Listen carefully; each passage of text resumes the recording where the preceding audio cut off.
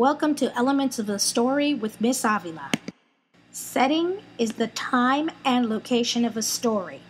It's broken down into 4 sections. A. Place, geographical location. Where is the action of the story taking place? B. Time. When is the story taking place? It is historical period, time of day, year, etc. C. What are the weather conditions? Is it rainy, sunny, stormy, etc.? And D. Social conditions. What is the daily life of the characters like? Also to note is, how does the writer create the atmosphere or tone for the setting? Are there any particular words that create this atmosphere?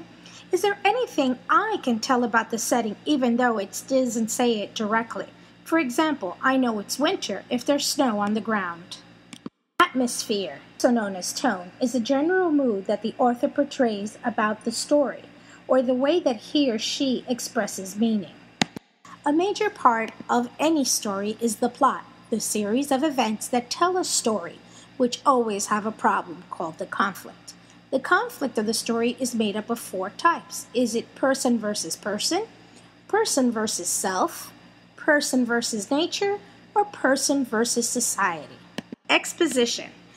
The exposition is the informative part of the story. Basically, it's the setting, which we've already discussed. Rising action.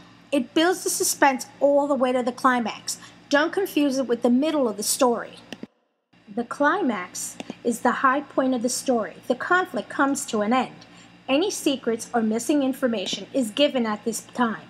In the following actions, it's how the climax has affected the characters, the setting, and other events, getting ready for the end of the story. Last but not least, resolution, the conclusion of the story, where all conflicts are resolved.